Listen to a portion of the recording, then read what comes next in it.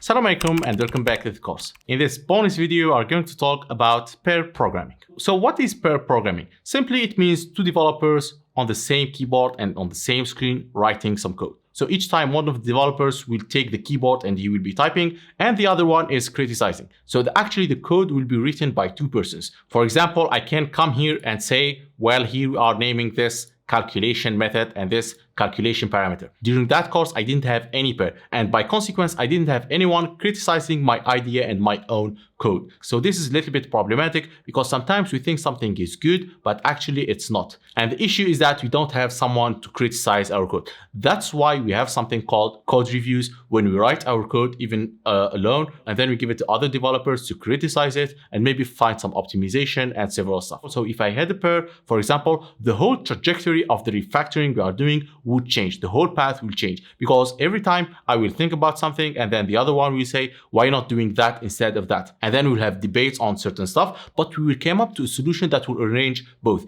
And this solution actually will be the best. And the code will be in the best structure because it was written by two persons. Now you can write code from scratch or you can refactor legacy code like that with a pair. And this will represent a great opportunity, not only for the sake of having good code, right? But also to learn from that pair, because usually we do have some variance in the experience of the developers. That's why it is considered as best practice to have pairing session in a team, while more junior persons have collaboration and pairing with more senior persons. So they can get a debate between them, learn from each other and similar stuff. So as I said, for example, maybe the pair would say, hey, don't put a data class here. We don't actually need the other methods. We don't need the copy methods. We don't need the hashed equal other stuff. And this would make perfect sense because, well, we don't need them and we are generating methods that we don't need, for example. So the point from this video is to understand that pair programming is a good thing and also to excuse me for the decision I took. Maybe some decisions are stupid.